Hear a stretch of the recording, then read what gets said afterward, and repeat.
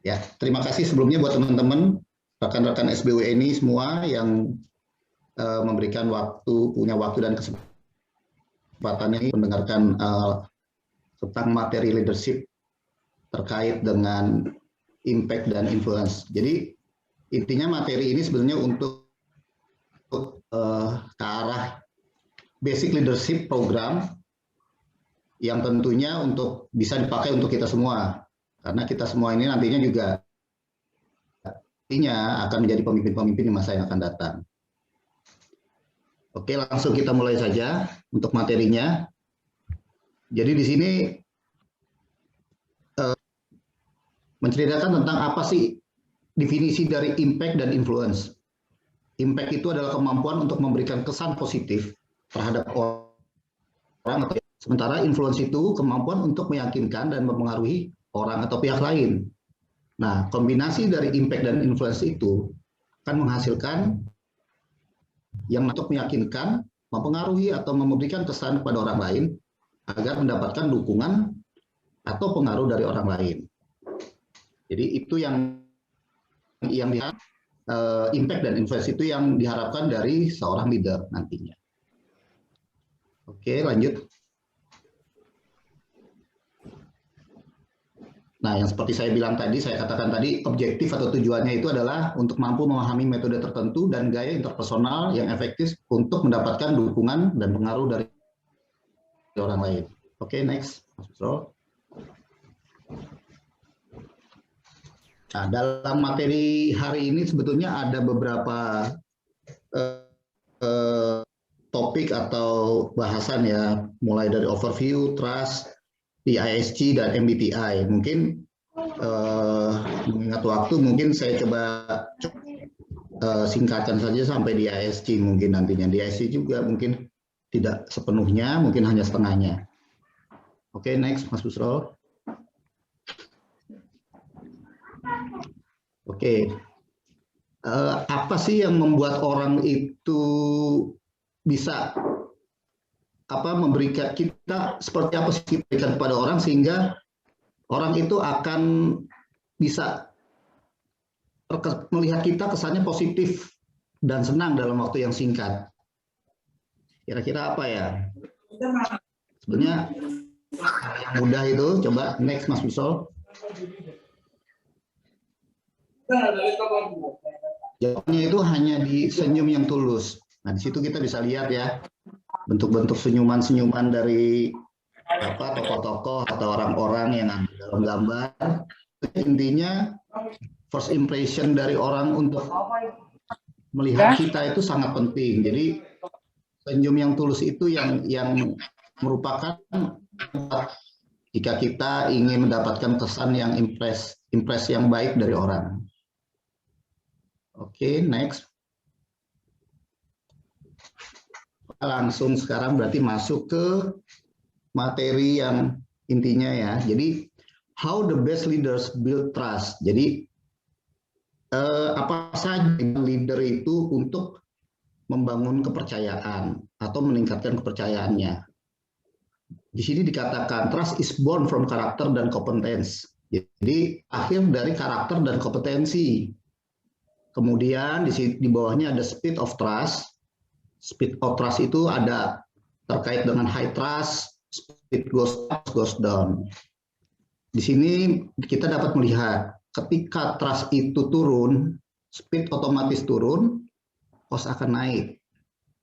Demikian, ketika trust naik, speed akan naik, cost akan cenderung turun. Nah, harga yang harus dibayar ketika turunnya kepercayaan apa saja sih? Di sini disebutkan ada disengagement, turnover, churn, fraud, birokrasi. Disengagement itu pengertiannya kita itu jadi cerai-berai lah.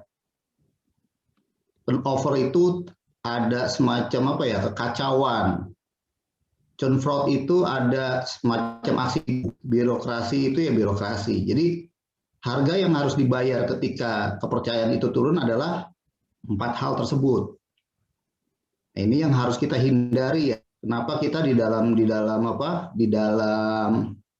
perusahaan atau di dalam departemen kita harus terus menjaga faktor trust. Lihat apa saja yang dapat diakibatkan dari rendahnya trust tersebut.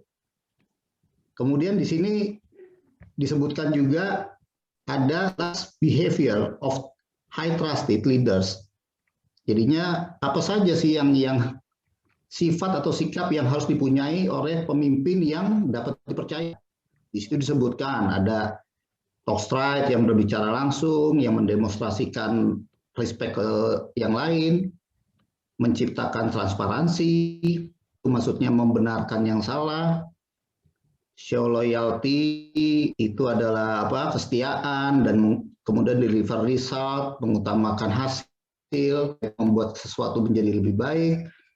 Confront reality itu menghadapi realita, clarify expectation itu adalah menjelaskan ekspektasi dari siapa.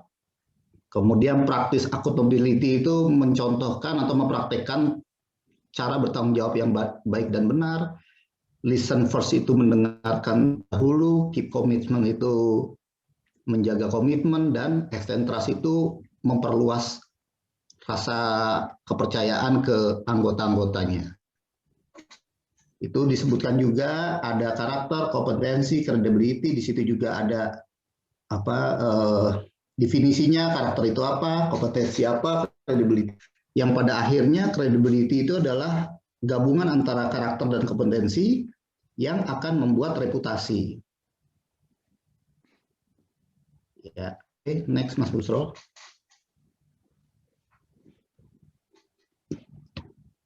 Nah, di sini disebutkan how we make impact and influence to other atau team. Kepemimpinan yang efektif bergantung seberapa besar pemimpin dapat dipercaya. Trust is built with consistency. Ini menarik ya. Jadi trust itu tidak hanya dibuat dalam waktu singkat, 1 jam, 2 jam, tidak bisa. Trust itu dibuat oleh konsistensi, yang dalam arti mungkin itu bisa tahunan, puluhan tahun, lebih dari 10 tahun mungkin. Jadi trust itu identik dengan konsistensi. It takes 20 years to build reputation and 5 minutes to win it. Jadi 1 tahun untuk membuat reputasi, tapi hanya 5 menit untuk menghancurkannya. Kemudian ada quote dari Abraham Lincoln, ini mantan Presiden Amerika Serikat, "When rightly and fully trusted will return the trust." Jadinya orang yang diberikan hak untuk dipercaya secara penuh atas kepercayaan tersebut. Ini menarik ya, karena emang dalam suatu organisasi atau dalam suatu tim perlu adanya pendelegasian suatu jawab atau kepercayaan. Kemudian, if you don't have trust inside your company, then you can transfer it to your customer. Jadi jika tidak ada kepercayaan di dalam tim atau perusahaan, otomatis tidak ada tuh kepercayaan juga ke customer kita. Jadi kurang lebih tentang trust seperti itu. Next, Mas Busrol. Kemudian, apa sih keuntungannya dari trust tersebut? Happy, fun, warm, passion in work, bahagia, senang, hangat, dan semangat dalam bekerja. Sukses personal dan tim.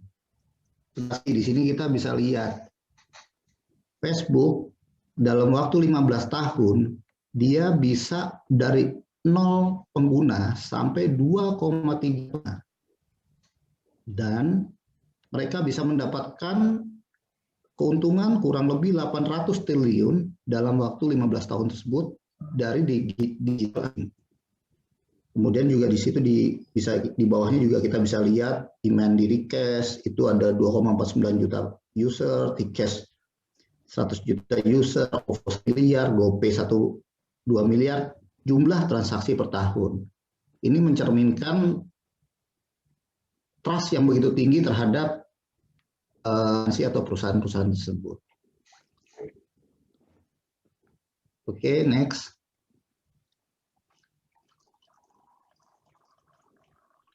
Ya, ini kemudian mengenai perusahaan atau tim ya, ini cukup menarik.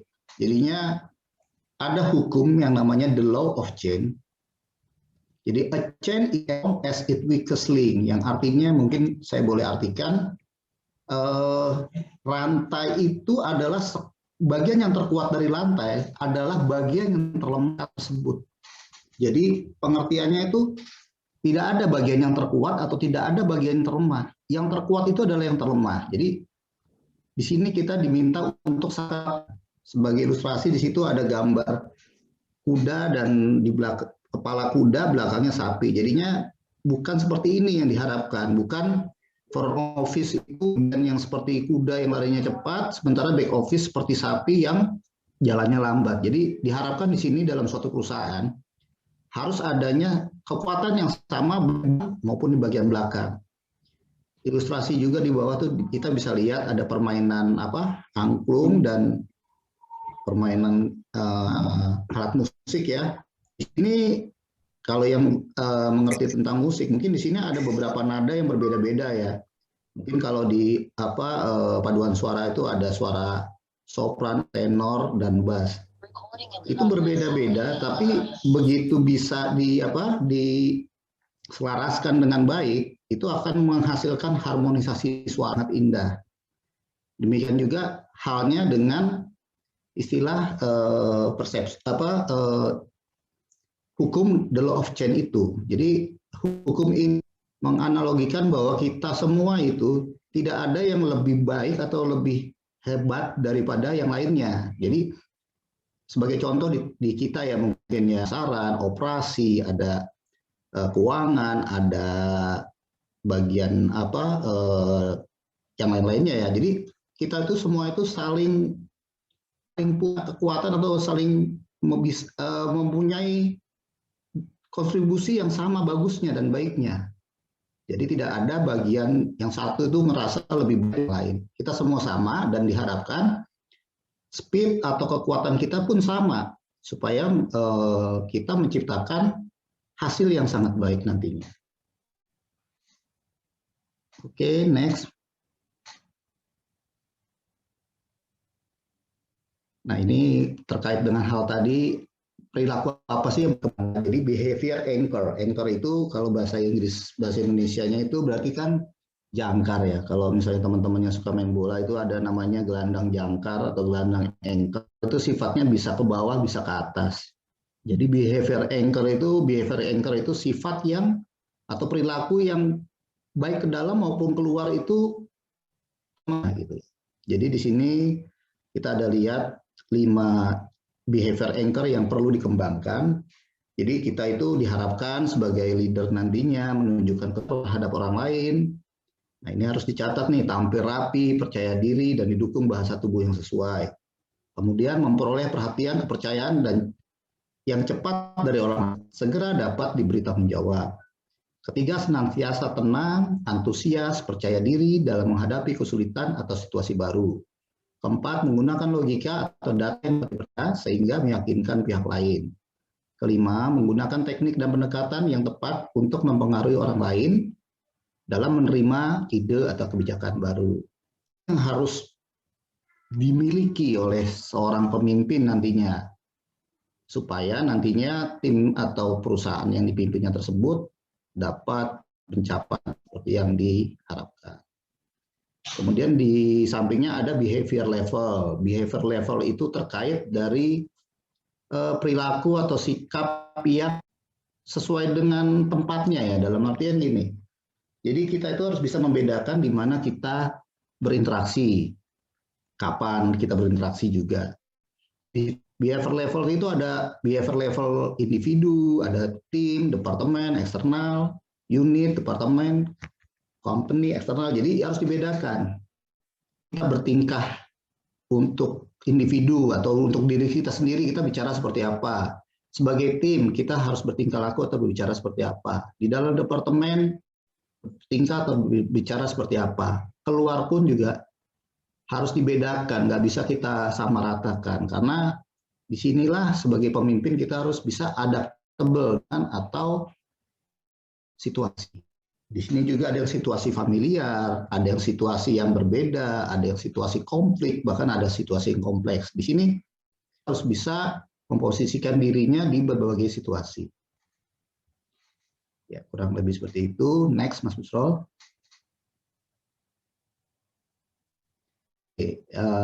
Ya ini sebagai ilustrasi aja. Jadi people are predictably different. Jadi ada orang-orang tuh, jadi nggak kita tuh manusia tuh makhluk yang heterogen lah, bukan homogen. Jadi kita mempunyai perbedaan-perbedaan. Jadi ada di family, friends, community, dan company. Oke, next. Next, Mas Busrol. Terus ini masih bukan ininya, lagi ke bawah lagi. Next lagi, next. Ini hanya model grafik. Ya, terus ya naik ke atas, Mas Busrol. Satu lagi, naik lagi. Naik lagi masih. Ya, oke. Understanding this. Nah, ini materi yang kedua ya. Tadi kan masalah behavior ya sudah ya. Itu sudah. Turunin lagi Mas Busrol yang tadi understanding this tadi. Ya. Apa sih yang dimaksud dengan understanding this ini? Jadi pengertiannya begini. Setiap karakter atau karakter pemimpin itu bisa diberi 4 karakter besar lah, kurang lebih seperti itu. Jadi di ISG atau this, jadi disebutkan di sini this itu adalah D, I-nya influence, S-nya steady, C-nya compliant. Dominan itu apa sih ya? Dominan lah, seperti orang yang dominan. Influence itu mempengaruhi, orangnya yang sifatnya mempengaruhi. Steady itu memberikan rasa nyaman. Compliant itu lebih ke arah harus memenuhi sesuatu gitu. Jadi penuntut lah ya, lebih penuntut atau lebih pengen memberikan yang sesuai dengan apa yang diminta lah. Compliant kurang lebih. Nah, sebagai contoh, dominan itu lebih banyak ke atlet ya, atlet, influence itu ke coach, coach itu apa ya, pelatih ya. Terus steady itu ke teacher atau guru, ke scientist atau peneliti. Oke, next Mas Busrol. Nah, ini menarik nih. Jadi dari yang keempat tadi ini ada diagram namanya, saya sebutnya diagram lingkar atau diagram apa ya ini ya. Ini pengertiannya tentang behavior principles, jadi prinsip-prinsip dari tingkah laku. Kita bisa lihat di sini yang dari di study itu di atas. Di sini ada diagram D, I, C, yang dominan tadi itu karakter yang uniknya apa sih di D itu? Di D itu jadi yang dominan itu cenderung, kalau yang saya coba baca ya satu sekali ya. D itu orangnya cenderung, di situ ada kata-kata result ya, result. Jadi dia cenderung ke hasil. Dia akan selalu berkata apa? What. Cenderung dia bertanya dengan what, apa gitu loh. Kemudian dia lebih ke arah getting it done atau selesaikan ini. Kemudian kalau yang I, influence itu, dia lebih ke who. Pertanyaan yang sering dia lontarkan itu, terus di situ disebut getting social recognition. Ingin mendapat pengakuan sosial dari orang-orang atau lingkungan sekitarnya. Sifatnya antusias. Kalau yang what tadi sifatnya hasil, yang dominan tadi result, hasil. Kemudian kalau yang C itu compliance, dia cenderung bertanya why, terus kemudian getting it right, selesaikan dengan baik. Kalau yang tadi selesaikan, sekarang selesaikan dengan baik. Kemudian dia orientasinya lebih ke arah akurasi. Kemudian untuk yang itu cenderung karakteristiknya bertanya dengan how bagaimana. Terus kemudian dia getting along itu maksudnya bekerja, kita kerjakan bersama-sama. Lebih ke arah tim. Kemudian dia lebih ke arah support di situ. Nah, Diagram ini bisa melihat gitu ya karakter dari si dominan, bias dan support itu seperti apa, dan di situ juga D itu sebenarnya ada tambahan karakteristik lagi, karena sebagai contoh D itu ada yang ke atas sumbu yang ke arah utara itu action atau aktif, dia juga bisa ambil karena kemudian ke arah baratnya ada task itu tanggung jawab, dia tuh cenderung challenging dan questioning. Sementara kalau yang I itu dia juga ngambil ke aktif, untuk yang arah utaranya, sumbu arah timurnya dia akan ambil, dia yang influence itu lebih ke arah people. People itu komunitas, orang-orang, kolaborasi dan accepting. Accepting itu pengertiannya dia lebih menerima. Kalau yang tadi dominan itu lebih bertanya. Nah, kemudian kalau yang di bawah juga kurang lebih sama, yaitu dia bisa questioning juga, bisa juga thoughtful juga, dan sifatnya pasif. Nah, ini dari sana kita juga bisa lihat bahwa yang karakternya influence itu cenderung aktif, sementara yang compliance dan support itu cenderung pasif. Tipikal apa orangnya ya, kurang lebih seperti itu. Dari diagram lingkaran behavior principles ini kita bisa mengira-ngira lah nih. Kita ini ada di bagian mana sih dari di ICS. Oke, Mas Busrol, next.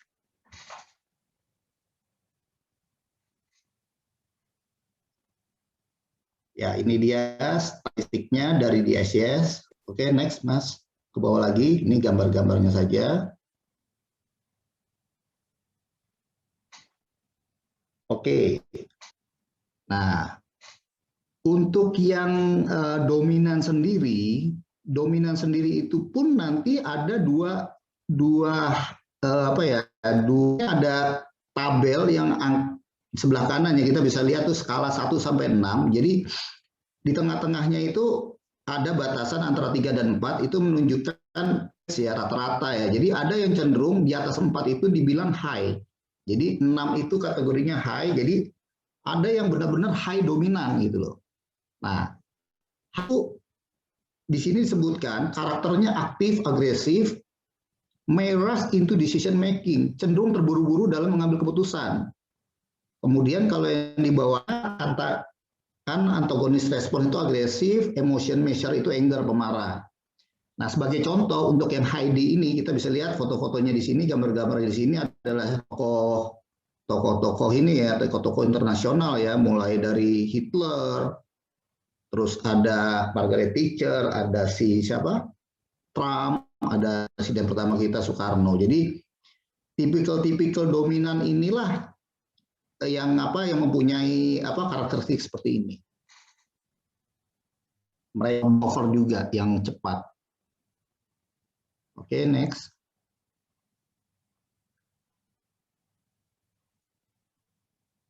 Nah, di sini Heidi tadi, si Heidi tadi apa saja sih karakteristiknya? Dia mempunyai ego strength yang sangat besar untuk mencari, impatient, tidak sabar, desire change itu mempunyai keinginan untuk merubah sesuatu, does many things at once itu melakukan sesuatu dalam banyak kali yang bersamaan. Terus respond to direct confrontation, mereka berani untuk berdebat di depan umum.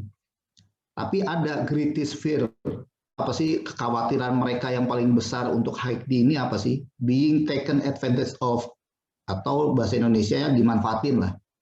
Mereka paling takut dimanfaatin orang. Jadi itu untuk Heidi. Oke, next.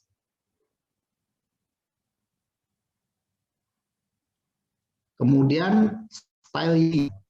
Nah, tadi kan high D itu di skala 6 ya. Di sini bisa dilihat nih, yang low D ini ada di skala 1. Nah, low D itu karakteristiknya itu apa? Cautious. Cautious itu waspada. Kalau tadi problem solver, quick ya, di atas yang high D ya, itu quick itu cepat. Kalau cautious itu waspada. Karakteristiknya mereka deciding on a solution. Jadi mereka lebih berpikir sebelum ngambil solusi.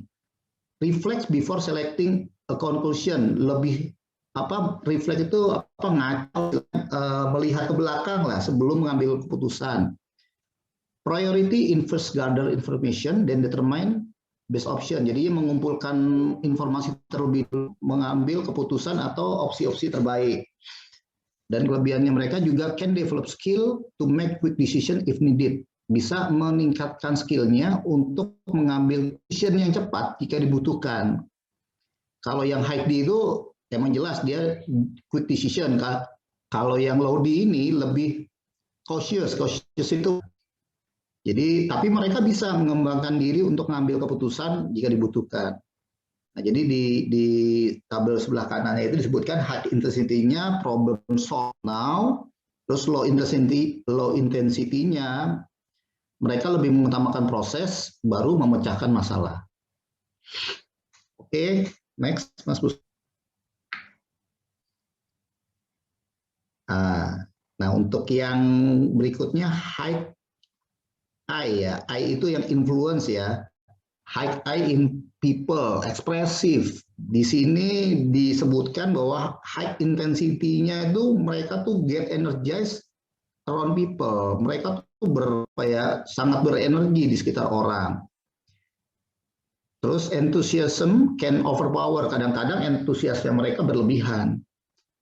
Itu yang kurangnya ya. Jadi di sini disebutkan juga energi lainnya energized when interacting. Jadi mereka tuh berenergi ketika berinteraksi dengan orang-orang.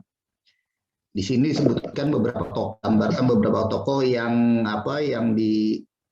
kurang lebih ya dianggap sama seperti high I ini, ada Bill Cosby, Muhammad Ali, Sule, dan satu lagi nih siapa ini aktor juga nih ya siapa Robin Williams ya kalau nggak salah nih. Nah, itu yang high I. Oke, next.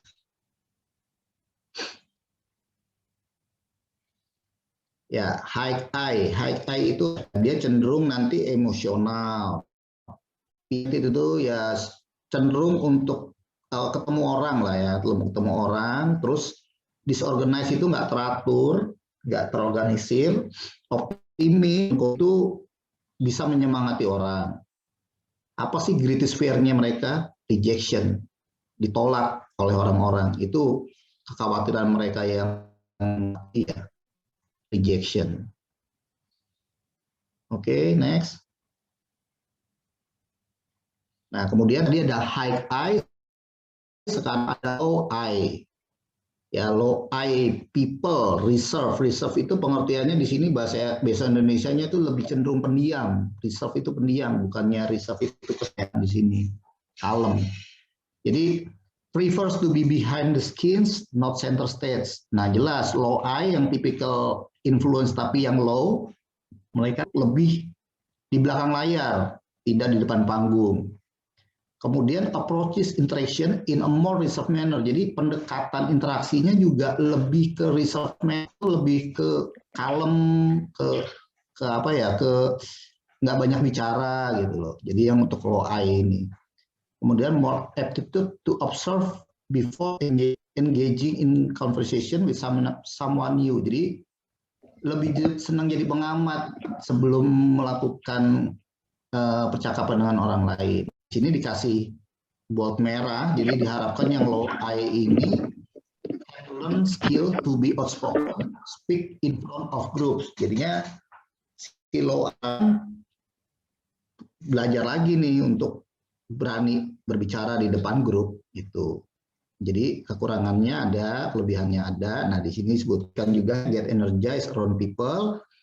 Nah, disebutkan nih yang low I ini, low intensity-nya adalah prefers calm interaction, jadi lebih cenderung untuk calm, nggak seperti yang high I tadi yang lebih komunikatif, lebih ceria mungkin. Kalau ini lebih kalem. Oke. Kemudian lanjut ya. Sekarang yang S, di sini ada high S plan, lebih metodikal disebutnya di sini. High S itu disebutkan lebih ke arah dia supporting orderly plans, itu teratur ya secara perencanaan.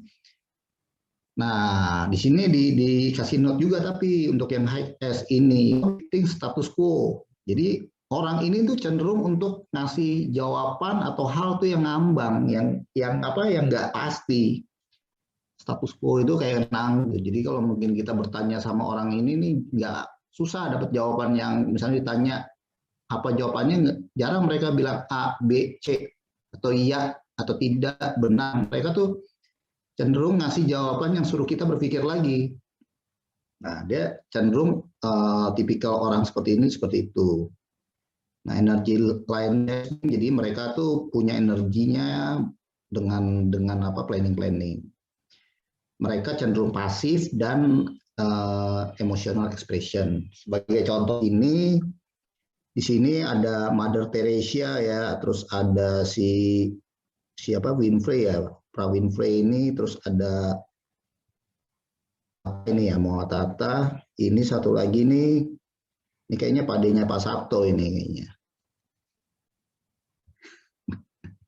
Oke, lanjut. High S. Nah, di sini sebutkan high S itu plan, metodikal. Karakteristiknya apa sih? Karakteristiknya disebutkan di sini loyal, setia, gentleman player, jadinya orangnya gentle lah. Terus person of substance, dia orangnya langsung pengennya ke substansi aja, nggak bertele-tele, langsung ke pokok masalah lah, substansi lah. Terus high level of trust, nah ini orang ini bisa percaya lah, punya tingkat kepercayaan yang tinggi lah untuk dipercaya lah. Cenderung posesif, resistance, jadinya cenderung tahan dan agak lambat dalam adaptasi. Terus apa sih greatest fear-nya si high S ini? Loss of security. Jadinya ini adalah kehilangan rasa aman atau nyaman. Jadi mereka tuh ya itu cenderung pengennya di keadaan yang seperti disebutkan kan resistance. Resistance itu kalau ada perubahan tuh cenderung menolak lah, kurang lebih seperti itu. Lebih nyaman dengan sekarang jadinya, kurang lebih seperti itu. Oke, next Mas Busrol, bawa lagi. Kemudian disebutkan di sini tadi high S ya, di sini low S. Low S ini di sana yang di atas tadi metodikal, lebih ke arah metode. Jadi mereka tuh ada berdasarkan observasi dulu untuk berplanning. Kalau ini lebih spontan. Low S ini kita bisa lihat dia di nomor 1 ya, karakter apa di grafik itu di angka 1. Apa sih karakteristiknya low S ini? Plan, then quickly changes to a whole new approach. Jadinya pada saat mereka sudah mempunyai planning atau rencana, mereka bisa karena itu dengan pendekatan atau strategi yang baru. Ini yang agak beda dengan yang high S. Kalau yang high S itu kalau udah punya rencana ya udah dijalanin, udah selesai. Kalau ini lebih spontan gitu, dia bisa berubah. Kemudian if project is not fun or exciting, may generate new strategies to get it.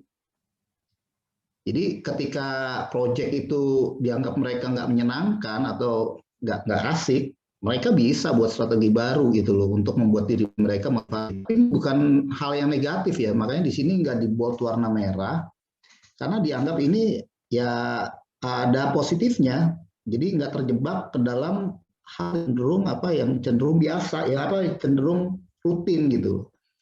Kalau yang tadi high S itu kan pengennya hal yang itu aja ya kan. Kalau ini lebih mereka tuh senang hal-hal yang baru lah. Nah, terus di sini sebutkan juga prefers others do the planning. Mereka tuh lebih cenderung untuk orang lain aja lah yang buat planningnya. Terus can develop skill to be organized and follow timelines. Jadi mereka dapat meningkatkan skill untuk bisa mereka meningkatkan lebih teratur dan mengikuti timeline. Di sini juga disebutkan di tabelnya high intensity-nya supportive, mendukung, order, teratur ya dalam membuat plan itu untuk yang high. Kalau yang low itu prefer to be spontaneous, brainstorm lot of ideas. lebih cenderung spontan, terus lebih cenderung brainstorm itu tukar pikiran dengan ide-ide yang berbagai macam ide gitu. Ada gitu. Nah, itu untuk yang low S, yang spontaneous.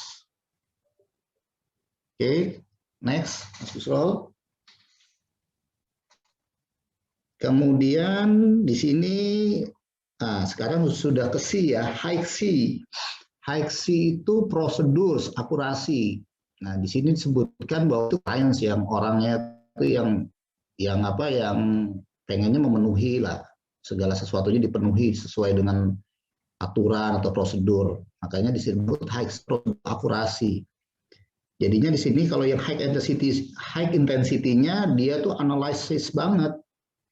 Terus lebih ke prosedur. Nah, cuma dikasih warning situ tanda seru. Can get stuck in the detail. Mereka akan mandek di detail gitu loh. Mereka akan mikirin detailnya aja. Nah, di sini disebutkan contohnya ya di sini untuk yang high C itu yang itu disebutkan tokoh-tokoh misalnya Bill Gates, ada saya nggak tahu nih siapa nih yang Star Wars ya. Terus ada Einstein, terus ada Bapak Habibie. Nah, contoh-contoh ini yang high C ya, karena mereka emang tokoh-tokoh yang apa ya benar-benar sekelas profesor lah mungkin orang-orang ini.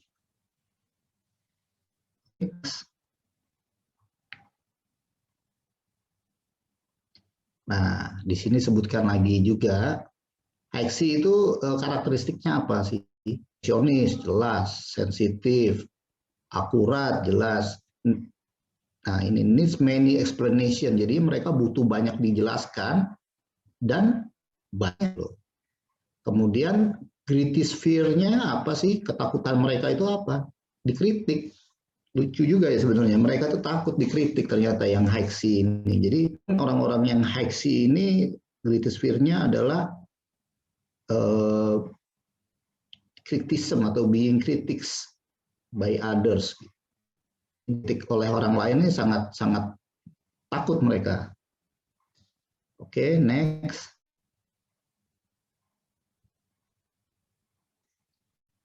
Ada yang low C juga ya. Tadi ada high C, sekarang low C. Tadi kalau yang prosedurnya lebih ke arah akurasi, sekarang prosedur low C ini prosedur tapi sees possibilities. Tapi ngeliatin kemungkinan. Kalau tadi prosedur tapi ngelihatnya hanya akurasinya aja. Nah, low C ini tipikalnya seperti apa sih? Dia orangnya itu terus if they don't seem to fit the situation. Mereka bisa tuh rubah peraturan ketika merasa peraturan itu nggak sesuai dengan situasi. Kemudian orangnya karakternya has a can do attitude, jadinya dia mempunyai attitude ya apapun bisa saya lakukan.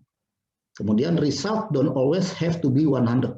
Jadi yang high C itu result harus 100% gitu. Kalau yang sekarang result don't always have to be 100%. Kemudian can learn the skill of being paperwork. Jadi mereka juga bisa melakukan menambah skillnya mereka dengan melakukan lebih paperworknya akurat gitu loh, nggak hanya tapi bisa lebih akurat lah. Nah kalau yang low C ini disebutkan di sini low intensity-nya, jadinya mereka itu lebih ke big picture atau konseptual. Kalau yang intensity itu lebih ke arah prosedur, terus akurasi, terus lebih ke hal-hal yang kecil. Oke, big picture. Oke, next.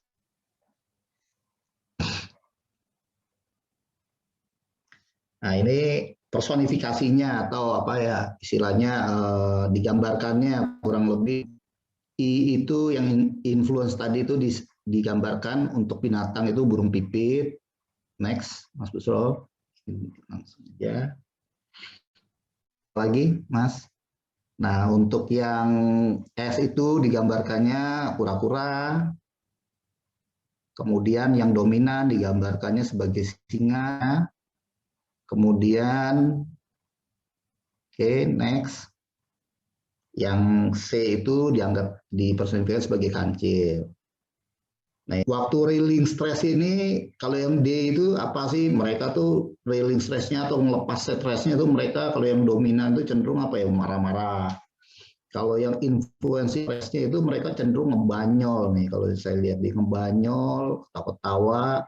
Kalau yang C atau compliance itu cenderung untuk mendengarkan musik. Kemudian itu cenderung untuk tidur kalau untuk rilis stresnya. Next.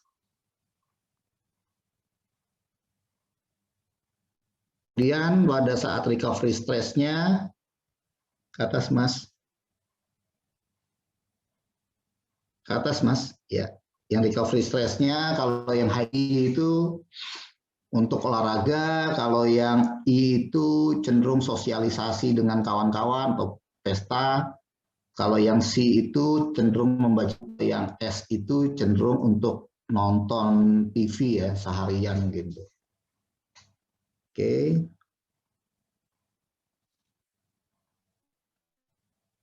Next Mas Kusol. Nah, ini bisa kita lihat nih ke diri kita masing-masing. Recognize their office, kenali kantornya mereka. Nah, kalau yang D ini digambarkan ya ruang kantornya seperti itu. Untuk yang C, ruang kantornya seperti digambar, yang I seperti digambar, yang S seperti digambar. Jadi kita bisa menilai kurang lebih diri kita itu ke arah yang mana sih gitu. Oke, next.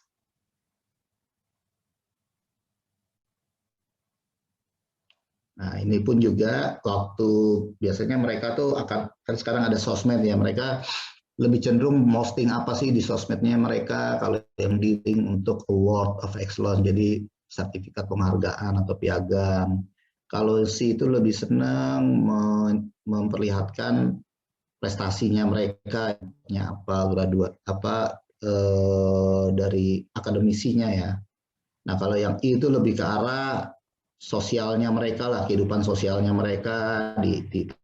Nah, kalau yang S lebih ke arah tampilkan kehidupan keluarga mereka tampilkan. Oke, next.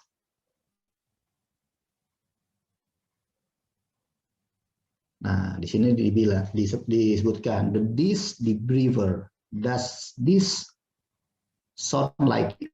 Yang mana sih yang seperti kalian? Nah, di sini kan disebutkan nih dominan di tengah-tengah itu ada energy line itu yang tadi itu batasnya, yang atas itu jadi yang bawah itu low D, demikian juga influence, yang di bawah high, yang di bawah ininya I, yang di atasnya S, di bawahnya low S. Nah, yang dominan itu di sini yang high dominan itu energize when assertive with problem solving. Jadinya mereka tuh akan mempunyai energi ketika mempunyai energinya, mereka tuh asertif itu tegas ya, berenergi dan tegas terhadap masalah gitu atau tantangan. Deskriptornya itu mereka tuh ada problem solve, pemecah masalah, menyuka tantangan, result itu mementingkan hasil. Kemudian yang influence itu energized by inspiring people. Mereka tuh senangnya tuh menginspirasi orang, memberi motivasi. People limelight itu apa ya, orangnya tuh cenderung rendah hati lah, limelight itu. Idea person, orangnya penuh dengan idea, light hearted itu jati kurang lebih sama. Steady itu, kalau yang steady itu energized by accommodating when planning. Jadinya mempunyai kekuatan tuh untuk mengakomodasi rencana-rencana. Jadi kuatlah dalam perencanaan. Jadi mereka itu dideskripsikannya sebagai perencana, terus sifat reliable itu dapat diandalkan, steady itu memberi rasa aman atau nyaman gitu. Terus di situ compliant juga di situ disebutkan energized by architecture. Jadinya mereka tuh prosedural lah dengan akurasi. Deskripsinya adalah akurat, cautious itu waspada, logical itu mengutamakan logika. Juga dengan dominan yang di bawah, refers to be reflective. Nah, yang di bawah ini dominannya tuh lebih reflektif. Kalau yang di atas tuh lebih assertif. Assertif itu tegas, reflektif itu lebih apa sih, melihat lagi gitu loh ke belakang. Before solving problems and challenges. Nah, deskripsinya dominan yang low itu proses, lebih mengutamakan hasil. Terus careful, hati-hati, reflektif itu yang melihat ke belakang. Kemudian yang influence itu prefer to be composed when talking to people. Jadi lebih compose itu lebih apa ya? Lebih teratur, lebih apa ya? Lebih pinter lah ngomongnya. Kalau apa lebih tertata. Prefers to be composed when talking to people. Jadi tertata. Kalau yang low I ini lebih tertata. Kalau yang high I itu dia lebih apa? Lebih ekspresif, tapi low I lebih tertata kata-katanya. Di sini disebutkan deskriptor tuh subtle, modest itu sederhana, terus behind the skin di belakang layar ya. Terus steady yang low juga disebutkan di situ lebih spontan, terus carefree ya lebih ceria lah, lebih riang lah, carefree, impulsif itu lebih ngikutin kata hati. Kemudian compliance-nya itu yang low C itu, nah C ini dia lebih melihat ke big picture, fokus, tapi tetap ikutin prosedur. Jadi dibandingin yang compliant I apa tadi dia lebih melihatnya nggak ke detail tapi ke big picture. Terus untuk deskripsinya mereka bisa melanggar aturan jika dibutuhkan. Risk taker itu berani mengambil risiko. Terus big picture fokus. Ya itu. Oke, next, Mas Busro.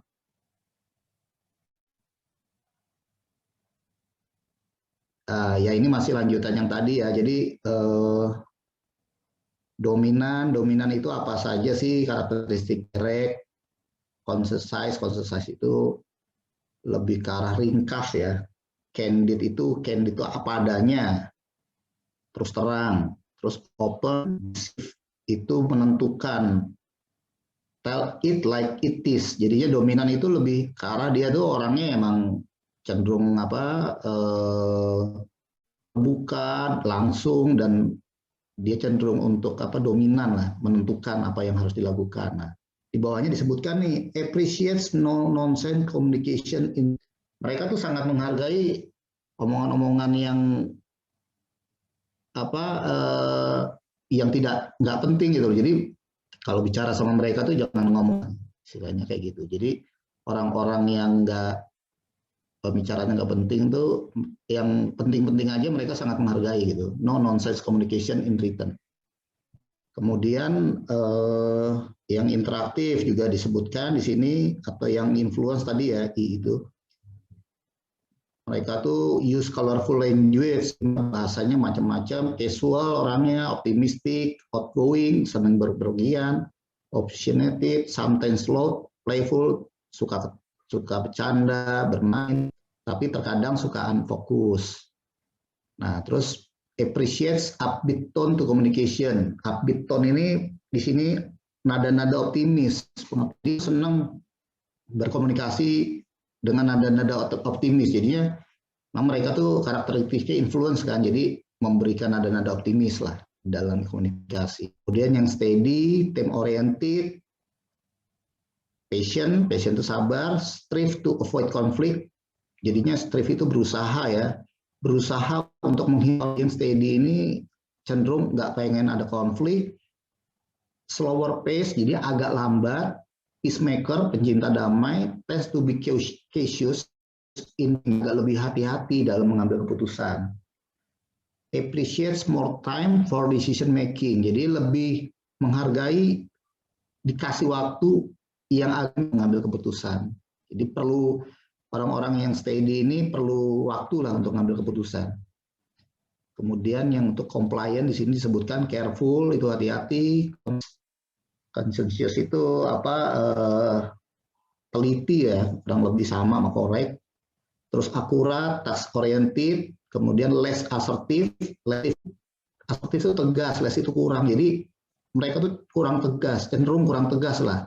Less assertive, reserve in communication itu yang saya bilang tadi, reserve itu pendiam, jadi terus sedikit lah dalam berkata-kata. Terus appreciate focus on facts and detail. Jadinya mereka tuh lebih fokusnya ke fakta dan detail. Seperti itu, compliant. Ya, next. Oke, dan ini yang terakhir ya. apa saja sih yang kekuatannya dari masing-masing karakter tadi, yang dominan, influence, steady, compliant. Jadi di sini disebutkan untuk yang dominan itu kekuatannya mereka tuh adalah bertanya untuk menghadap berani bertanya gitu kekuatan mereka, karena cenderung rata-rata orang-orang kan cenderung yang malu bertanya atau segan atau sungkan. Nah, mereka ini punya kelebihan dibanding yang lain adalah itu berani bertanya, that challenge tradition, yang melawan tradisi lah. Terus works quickly to resolve issues, jadi dia kerja untuk menyelesaikan masalah. Ini kekuatannya mereka. Kemudian untuk yang influence, kekuatannya apa sih? Kekuatannya itu bring a sense of enthusiasm, membawa antusiasme ke dalam lingkungan atau bagian yang timnya dia lah ya, lingkungannya dia lah. Terus easy conflict between teams. Nah, ini kelebihan yang lainnya lagi, mereka itu mudah itu untuk membuat menegosiasikan konflik antara tim. Jadi begitu ada masalah atau konflik antara anggotanya, tipikal orang yang influence ini, dia dengan mudah untuk mendamaikan anggota tim. Itu. Kemudian untuk yang steady itu kekuatannya apa sih? Excels at calming disagreement. Nah, ini mungkin hampir sama ya sama negotiate konflik.